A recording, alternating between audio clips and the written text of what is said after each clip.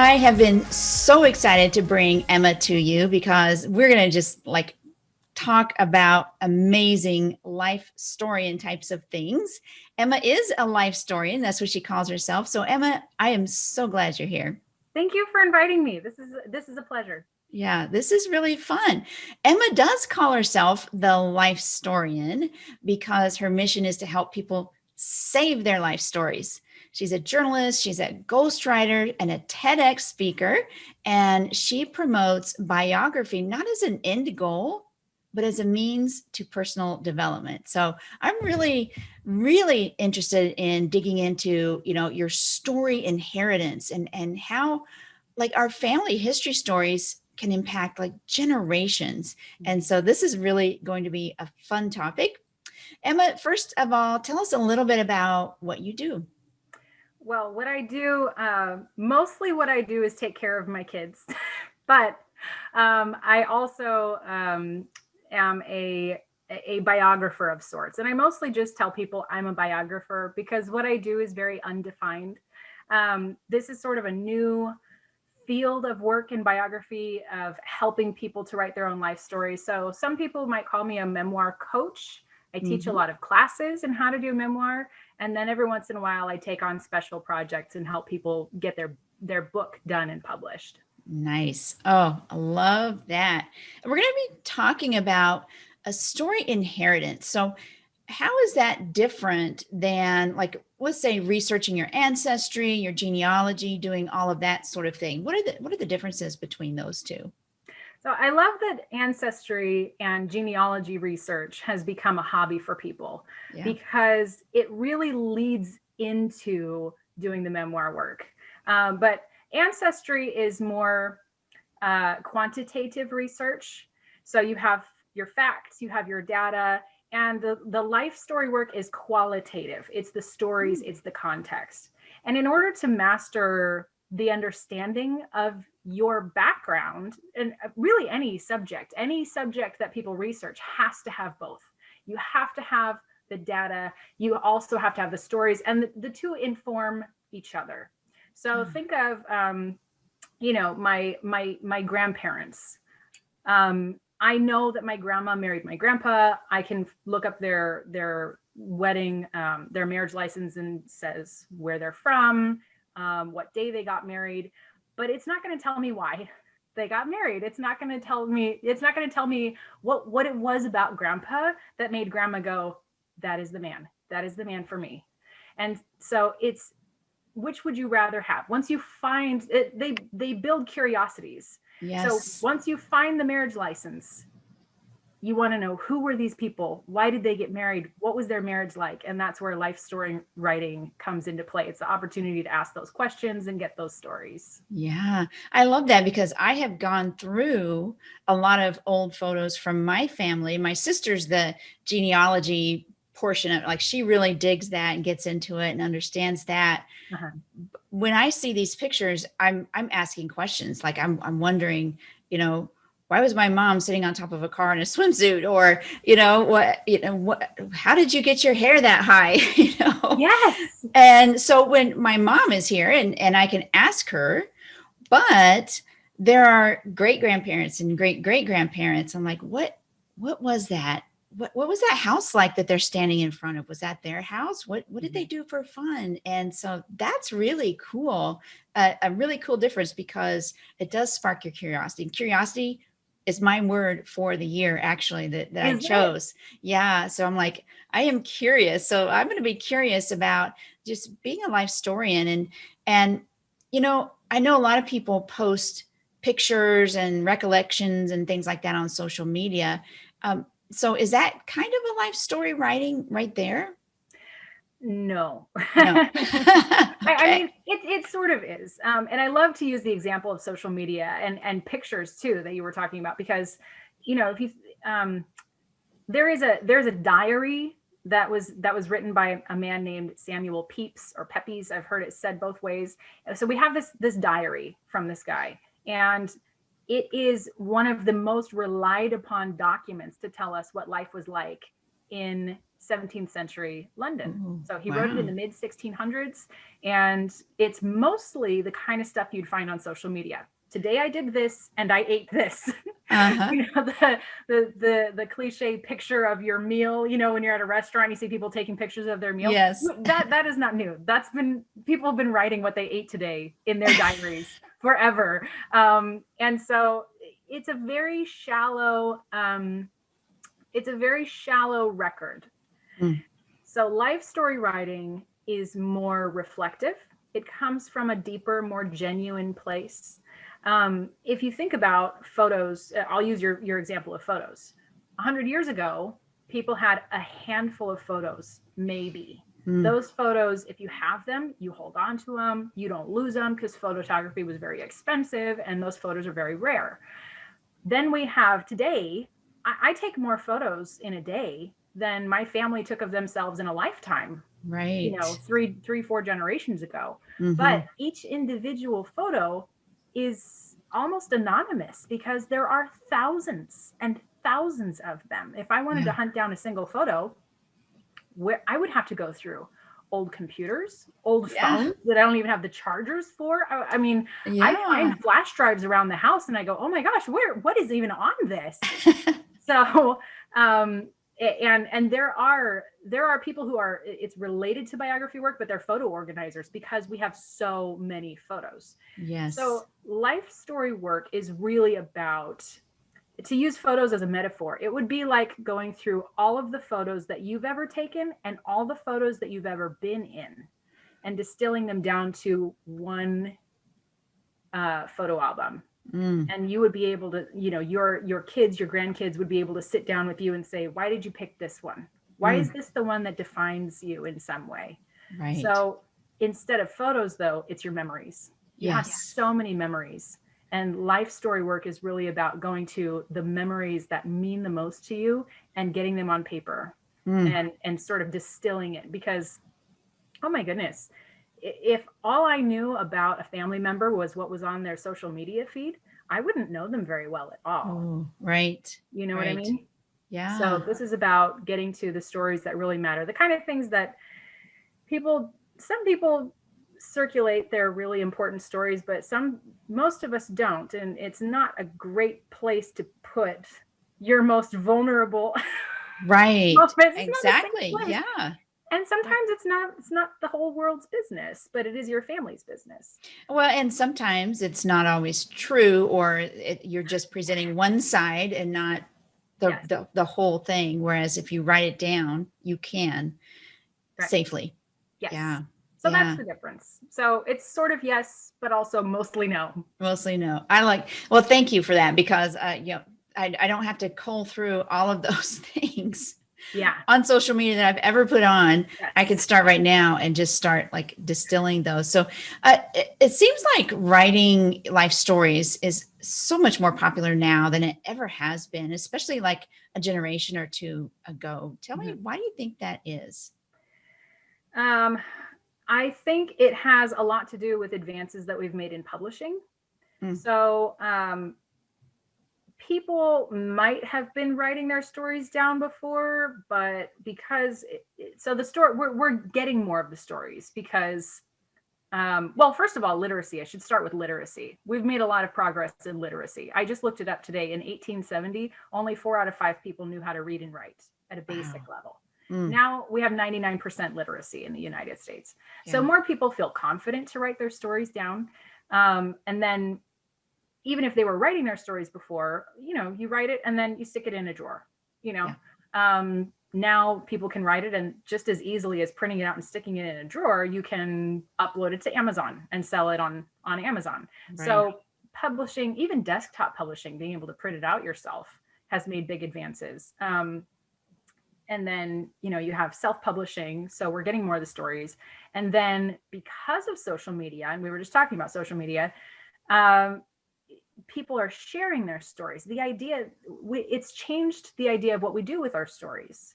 So And because we are a herding animal, it's sort of this domino effect of, you see someone publish their memoir and you go, well, gosh, I've got some great stories. I should publish my memoir, so hearing the idea that once we create this thing where we've recorded all of our stories, before it was, well, this is a private thing and my family will read it. And our idea now is more like, well, everyone shares them. So we share it. We put it out into the world. Mm-hmm. So it's more people are writing, more people are publishing. Because more people are publishing, other people are writing and publishing more. Oh, I love, so it's kind of a circular thing. And what I love about it is you get to experience far more people's experience than you would have than previous generations. Usually it was like just family or your hometown or whatever. We didn't travel. We didn't hear other people's stories except for rarely, or like you mentioned, like in some books that for people who did that. But now you can hear, like I can even talk to somebody on the other side of the world, right? Yeah. And hear their story. And now we can read them as well. So I love that. Now, talking about life story, this is one of the misconceptions that I know a lot of people have. They think that life story means writing like a biography or an autobiography. And talk to me about like all the different types of biographical writing that are becoming popular nowadays. Okay, there are some really cool ones. There are, because writing a book is hard. It's really hard. And I hear people all the time say, I wish my grandma would write her biography. And I'm going, do you have any idea what kind of work you're asking her to do? Yeah. In doing that. So setting that expectation on someone is a lot of work. And a lot of people don't want to do all of that work, or they can't, or it's just, they get stuck. And so small projects are starting to pop up that people really enjoy. One of my favorites is legacy letters. And that's one of the things that I've sent over as a legacy letter template. It's something you can do in a day. It's really just a love letter to your family, telling them, this is what I know for sure. So we talk about, if you distilled everything down into a photo album, this is like distilling it down to the photos that you carry in your wallet, Ooh, so right. the very basic things that you know for sure that you want them to remember, that if you were suddenly gone, you want to make sure you said to them. I have one from my dad, and I'll show you just a peek. He just gave this to me for Christmas. It's nothing fancy. It's an envelope and his handwriting on paper that he photocopied so we could each have a copy. So it can be really informal. I've worked with estate planners where they have it printed up, they have it saved, in the cloud somewhere with backup copies. It lives with, a copy lives with the estate plan on acid-free paper. So a legacy letter is a good one. There's also, I'm going to show you this, and it's probably backwards in the video, but recipe memoirs. I love recipe memoirs because you're taking, and actually, I think Oprah accidentally wrote a recipe memoir. Her first attempt at a memoir became a cookbook. Really? Because our lives are so tied to food. Yes. And so the meals that you remember and the recipes that you remember, writing those down is a wonderful thing. And then using it as a catalyst to talk about your family is such a cool thing. So like my mom created this one. I've been pushing her to do this for other people because everyone wants this. So you have family photos and the stories that you remember about when you ate that thing. Oh, wow. She has something in here for chicken and dumplings, because this came out of, when her family came from Kansas during the Dust Bowl. You had to make food out of something, and you can make dumplings if all you have is flour and water. Oh, wow. And so there's a lot. There's something in here for a Jell-O recipe that was her mom's favorite, or her grandma's favorite, when Jell-O first came out. So there's history. There's a little bit of cultural history in here. You've got your family. There's so many fantastic photos in here that are those old, black and white photos that your family might only have a few of. And you were talking about the big hairstyle. There's one right here. Oh, yeah. You can see like the great big hair. Right, so, right. Recipe memoirs are fantastic. Oh, there's that also, is cool. It's not a type of writing, but recording people's stories. And this is something that I encourage people to do a lot. If they're saying, I wish my grandma would write her book, a lot of times what's happening is they're hearing a story and they say, I want to have a copy of this, so you need to write it down. Their grandma was probably not going to do that, because talking and writing are a little bit of two different processes. If you want that story the way that your grandma always told it, the best thing to do is to say, tell me the story, and have a recorder. Right. So I use a digital recorder that I recommend. There's recording apps on your phone. Some people do video histories. That can intimidate people. It takes a special person to make someone feel comfortable in front of a camera. But if you can get a video of people telling their stories, I have a list of 20 questions that everyone should ask their elders to kind of get to those real important stories. So recorded stories are really great. But mostly the new types of biographical writing that I see coming out is when people approach just a slice of their story. I teach a birth story class where people write the story of when their babies were born, a love story class, a testimony, like a religious conversion story class, a legacy letter class, because it's one of my most recommended tools. And there's a whole new genre of memoir coming out that's disability memoirs. People write what my saying, this is what it's like, this is how much it took for me to fight through this, and that's becoming those small pieces. In fact, one of the big projects that I've done was helping a woman, and this is on Amazon.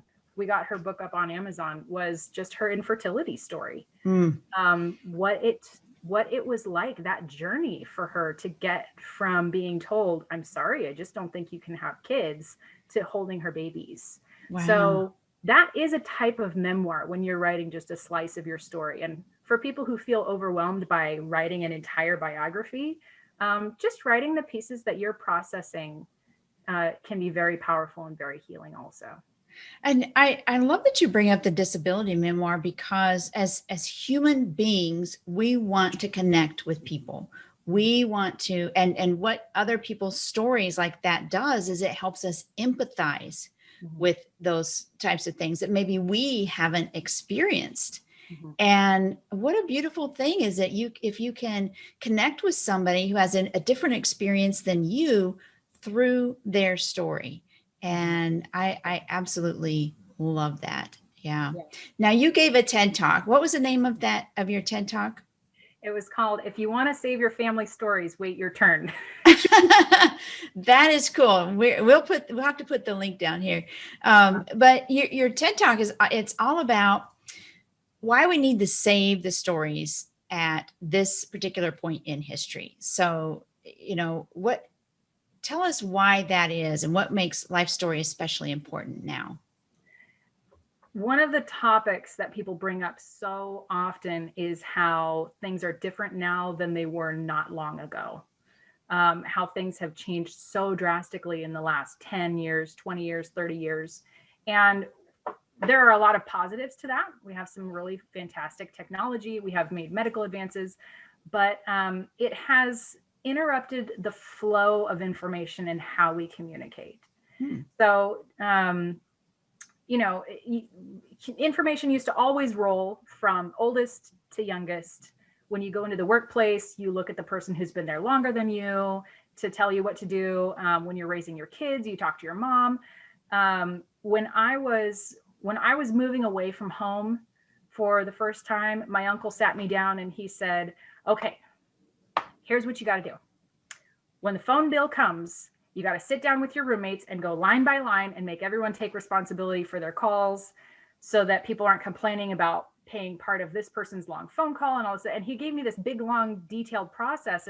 And I kind of went, we all have cell phones of our own, so we don't have that anymore. And so practical advice doesn't roll downhill anymore. People are coming into the workplace saying, oh gosh, you're using that computer? You should just use this tablet. It does the same thing and it's so much faster and it's cheaper. And so information is being disrupted and it's not necessarily from youngest to oldest. It's from this core of techies and influencers outward. And they can be anywhere. So we've also had this, and we'll talk about this in our other talk. Jim Beeren, the guy who invented this curriculum that I use, before Facebook was ever invented, our social structure was already starting to break down. With advances in technology, people can customize their life so much easier, and also we're moving around so much more. People move more often. They move farther away from their family and from where they're from. They change jobs so much more quickly.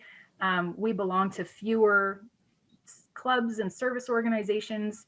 And so people in this process of customizing their life, we customize every part of it, and then we realize we're the only person in this life, and we don't share anything with anyone, and we're not connected to people anymore. Yeah. And we're seeing a lot of the fallout from that. The stories that used to be told, the oral tradition has really suffered. Because we used to hear the same stories over and over again, because we always had dinner at grandma's and she told the same story every time, and we would hear it over and over again, and that's how we would memorize it and pass it on. And I think people are starting to sense that that's not going to work anymore. And so my talk was really addressed to the people, those techies and influencers that are trying to help the oral tradition survive by throwing technology at it. We have lots of apps and startups because we're feeling it, right? We're feeling that those stories are being lost, and we're panicking, and we fix everything by creating an app. Right. Well, we're kind of isolated, not just from the pandemic, because of the pandemic, but because of society as a whole changing. And yes. So, yeah. And so my talk was about how we need to save the stories the way that whoever has the stories is willing to do it. If we want to keep those stories moving on, we need to not be trying to evolve the process too fast or too soon, or using ways that we're comfortable with communicating, because it's a little bit rude, not just to tell your grandma you need to write your book, but also you need to learn how to use this website in order to write your book, in order to pass your stories on to me. And that's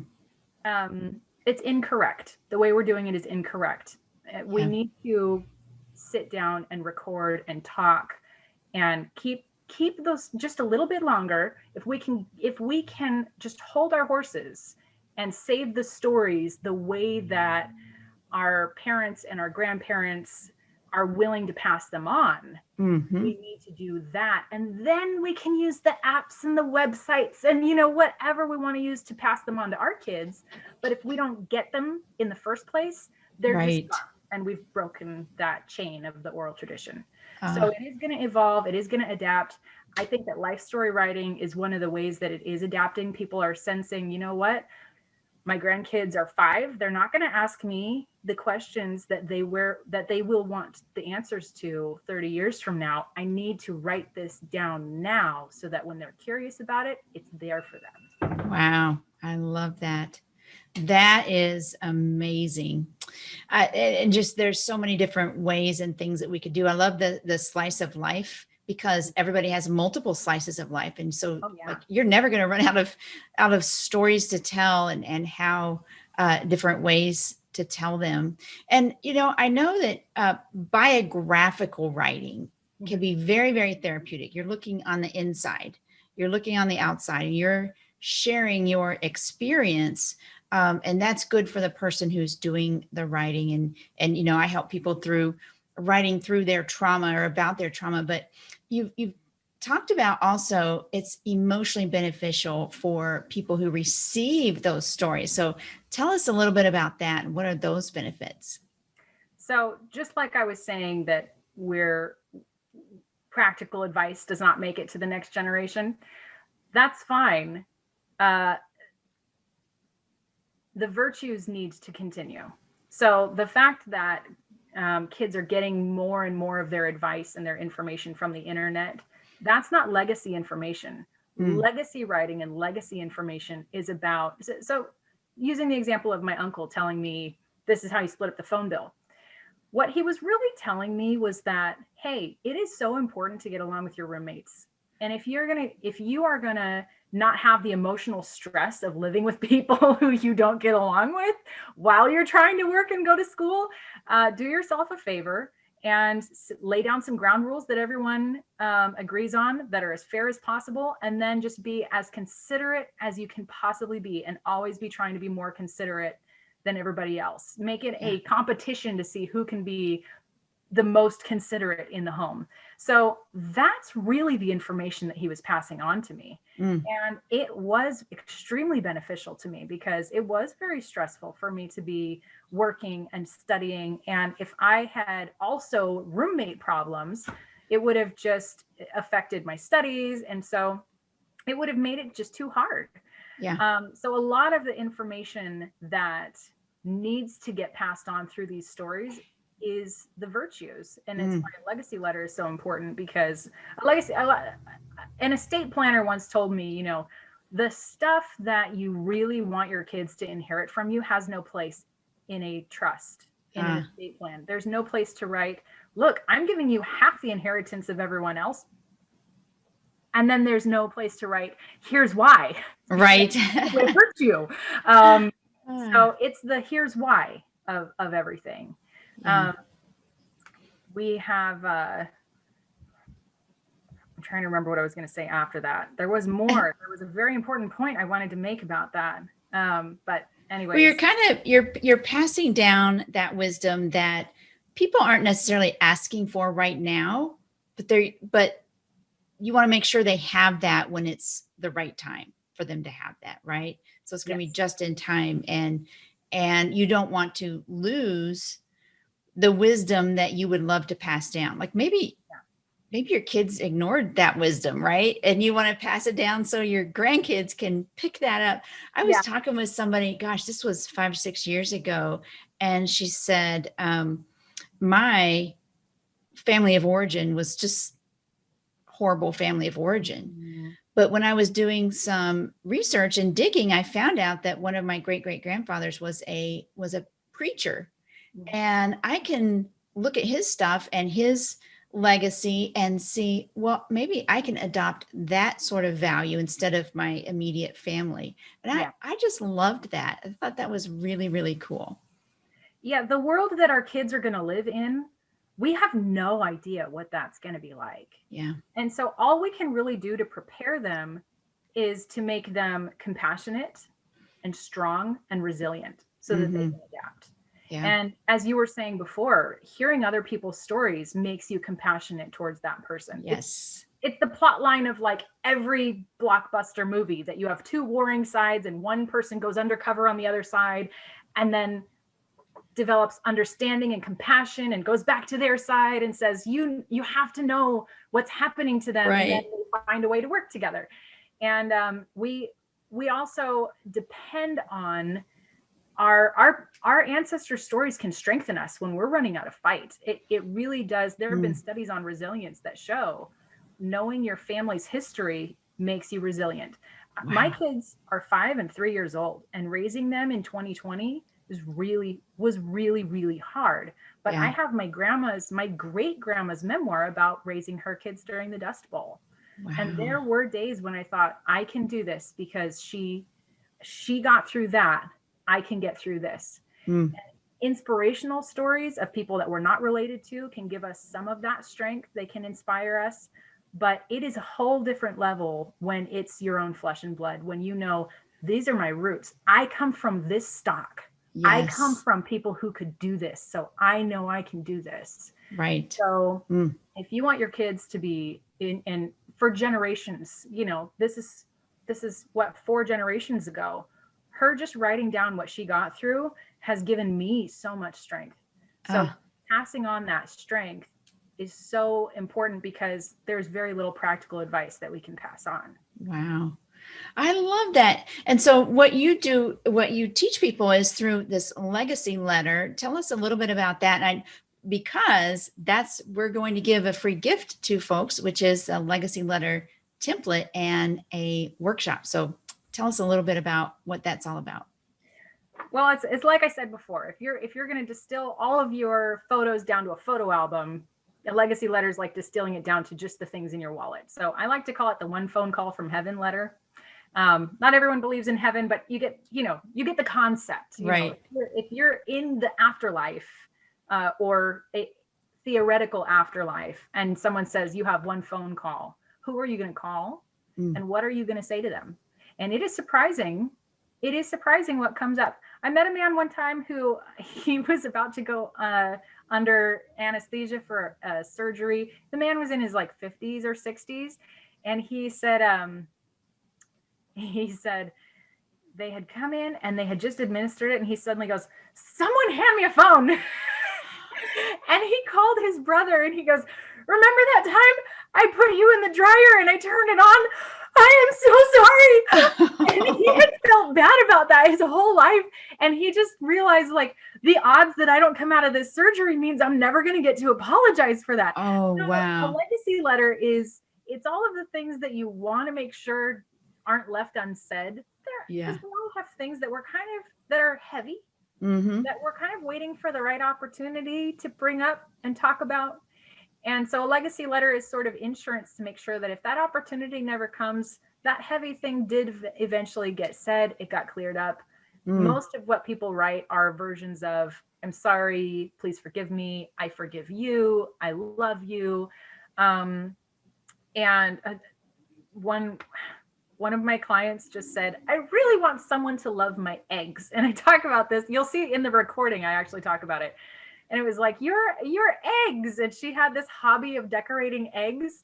And she just didn't want that to die out. She wanted that to be passed on to someone in the family. She wanted someone else to carry on that tradition of decorating eggs. So it's very, it's great for the people who get the letter. It's my letter, it took me days to read it. It was so emotional.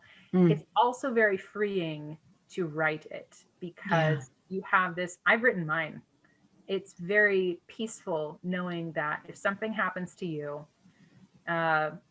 your kids are going to get this, and they will have your last words in case you don't get a chance to deliver the last words. They're already written down. They're there. Yeah. I even started something like this when my kids were small and never finished it. So you've inspired me. I'm going to go and watch that and make those letters. That makes my day. That's so cool. So. I really, really need to. So, wow, Emma, this has just been amazing. And I know we're going to continue because you are giving some of our VIPs a bonus session. And so we're going to hop over to that. But I love this. I love what you're doing. We're going to put the links down below and including to your TED Talk, right? Tell us where we can find more about you. If you search the word Lifestorian, it's a word I made up. I'm the only one who uses it. So you'll find me, but I am on Facebook. My website is thelifestorian.com because no one remembers how to spell full and wider for good. Right. So that's I have accounts on social medias, but I'm mostly on Facebook or on my website. And I really tell people, don't be shy. I love getting text messages and emails from people who I've never met saying, "I need help. Please help me." I am here to help people start, and if they're stuck, to help them continue and get them all the way to the finish line. So that's my favorite thing to do. Beautiful. I love it. All right. Thank you, Emma. And we are going to go and create our stories and our legacy. So thank you. My pleasure.